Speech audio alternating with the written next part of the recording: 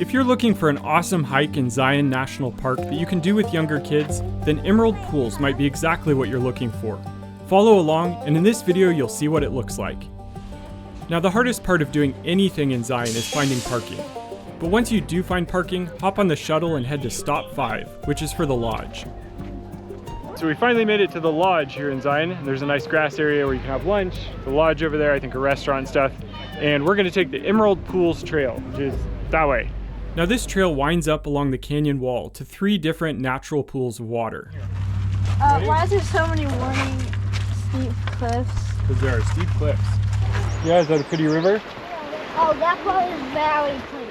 It is very pretty. Lower pools, 0.6 miles. I think we can do that. Yeah.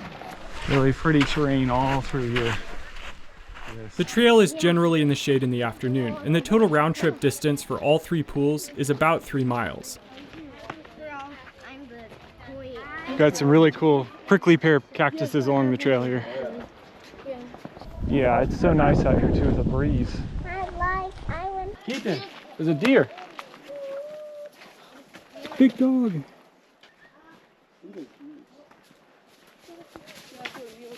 A desert oasis. We have a tiny little stream up there.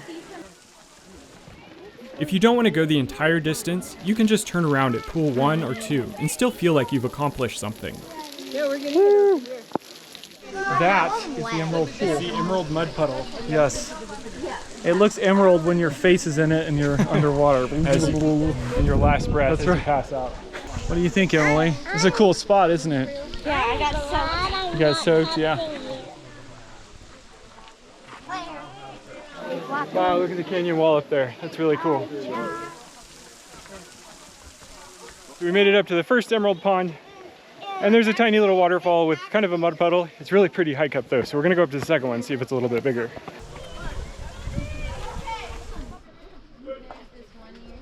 A cool section. You saw a squirrel? So we found a pretty white flower here. Let's see what it is. It's a pale evening primrose. It's right there. Middle Emerald Pool. Yeah, look at that. It's got some water running through it. There are a lot of tadpoles in this little stream here. Oh, they turn into frogs too. They grow away. Utah was having a drought while we were there, so there wasn't much water in the pools. I'm guessing there's usually more, but it could be seasonal as well. We also see some wild turkeys down here.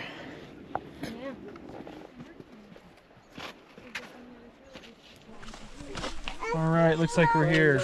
All right, we reached Upper Emerald Pool, and you can see it's got this really cool kind of cliff around it, almost like a bowl area, and then it falls into this pool behind me. A little bit of a climb or a hike to get here, but definitely worth the payoff here at the end. Well, was it everything you thought it would be? Hoped it would be? Just waiting for the mermaid to come out.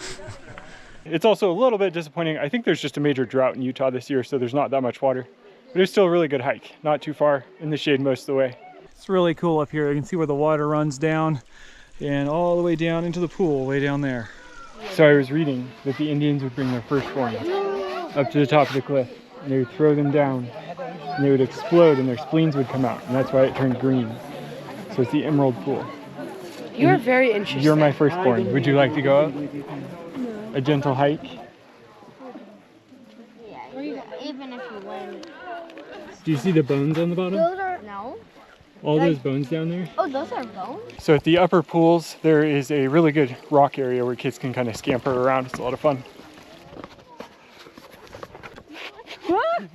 Okay.